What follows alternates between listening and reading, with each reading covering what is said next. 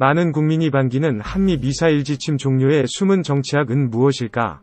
5월 한미 정상회담 공동성명문에는 우리는 조건에 기초한 전자권, 전시작전 통제권, 전환에 대한 확고한 의지를 다시 한번 강조했다는 문구가 있다.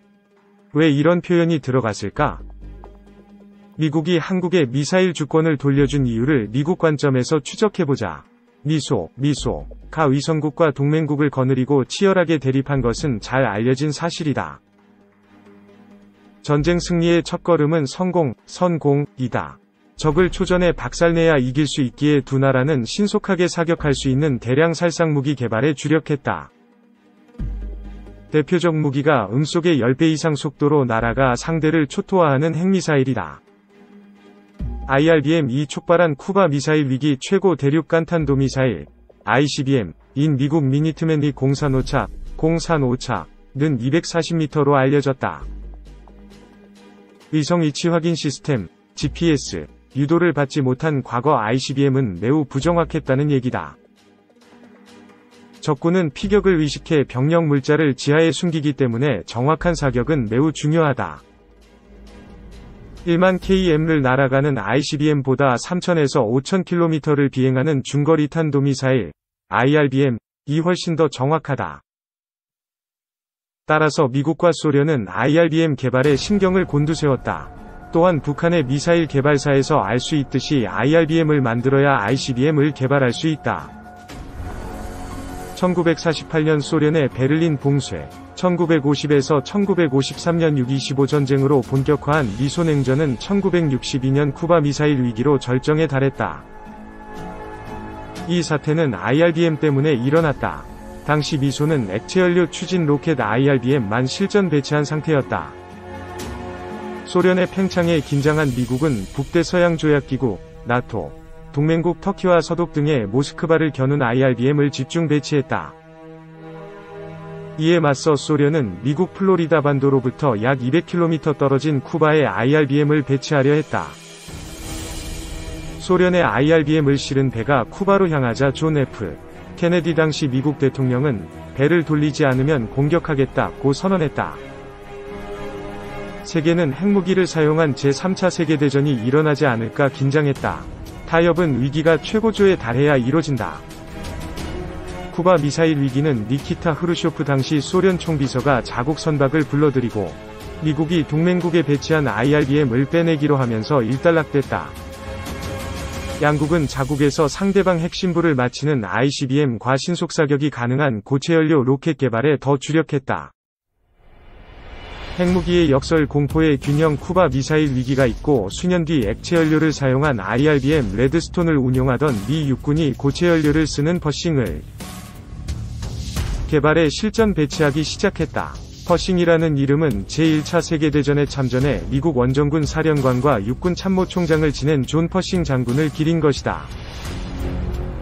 퍼싱은 소련이 개발한 이스칸데르보다 먼저 하강중 도약 기술을 도입한 미사일로 유명하다. 정확도도 높아 당시 걸작으로 꼽혔다. 비슷한 시기 소련은 액체연료를 쓰는 SS-20을 개발했다. ICBM 개발까지 성공한 양국은 자국에 ICBM을 다량 배치했다. 그러자 양국 국민이 핵전쟁이 일어나면 우리부터 죽는다 고 아우성쳤다.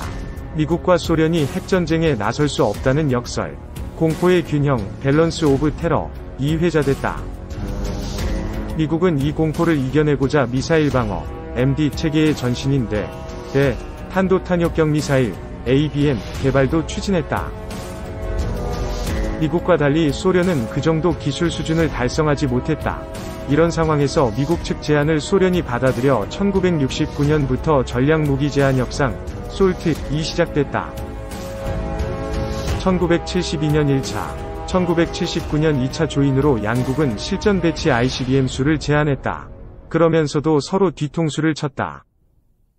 2차 조인 당시 미국은 중국과 수교, 1979, 해 공산권 분열을 노렸다. 소련이 아프가니스탄 침공으로 대응하자 미국은 모스크바 올림픽, 1980을 보이콧했다. 소련도 LA 올림픽, 1984 불참으로 맞서 다시 냉전이 펼쳐졌다.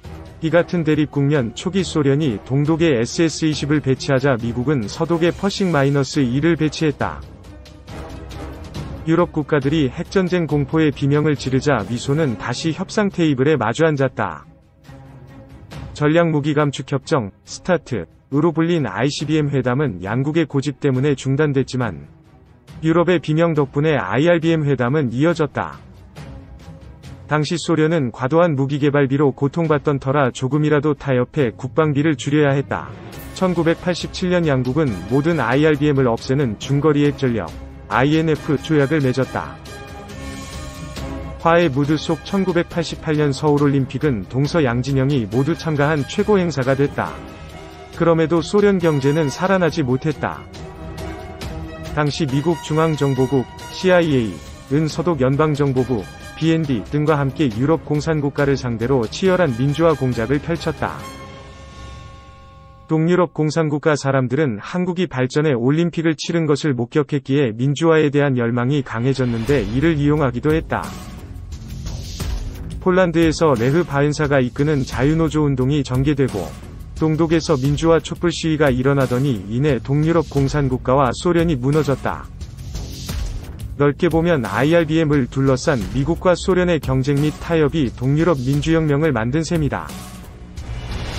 동서에서 압박받는 중영국과 프랑스는 핵을 가진 UN 안전보장이사회 상임이사국이지만 상징적으로 ICBM과 잠수함 발사탄도 미사일 SLBM을 가지고 있을 뿐 IRBM은 보유하지 않는다. 중국은 다르다. ICBM은 20기가량만 보유해 혹시 모를 미국의 위협에 대비하고 IRBM을 다량 제작했다. 동시에 한국, 대만, 일본 등으로부터 투자받아 경제를 발전시켰다. IRBM 우산에 자신감을 갖게 된 중국은 남중국해와 동중국해, 황해, 심지어 한국 동해까지도 자국의 관심지역이라고 주장하기 시작했다. 일본 열도에서 필리핀으로 이어지는 도련 아일랜드 체인을 임의로 긋고 그 서쪽에선 중국이 패권을 행사하겠다며 A2, AD, 반, 접근, 지역 거부 전략을 펼친 것이다. IRBM이 없는 주변국은 중국의 해양 굴기에 맞서지 못한 채 입으로만 반중을 웅얼거렸다. 미국은 달랐다. 중국이 불법으로 영해라고 선포한 바다에 미국 군함을 진입시키는 항행의 자유작전을 펼친 것이다. 이에 중국이 반발해 일어난 남중국해 위기가 대만 해협까지 확대된 것이 작금의 미중 갈등이다. 미국과 중국의 갈등 속에서 주변국들의 셈법은 복잡하다. 우선 러시아는 중국에 마냥 우호적이진 않다.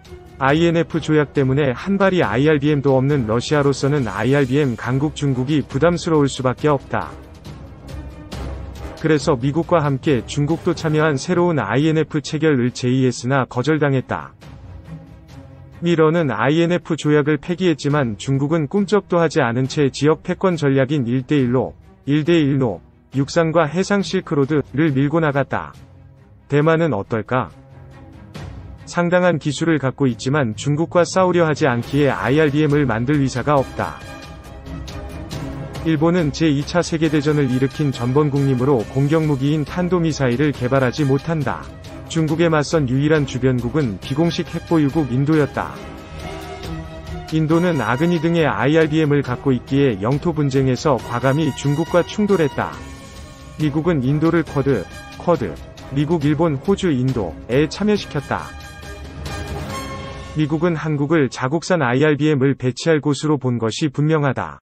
공격무기를 배치할 때는 이를 지킬 방어체계부터 갖춰야 한다.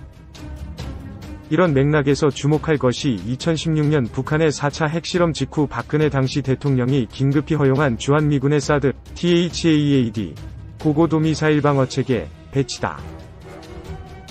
미국은 자국 영토 괌에 사드 미사일, 일본의 사드 레이더를 배치해놓고 한국에도 사드 배치를 강력히 요구한 바 있다. 박근혜 정부는 이를 허락하지 않다 북한이 핵실험을 한 직후 전격 승인했다.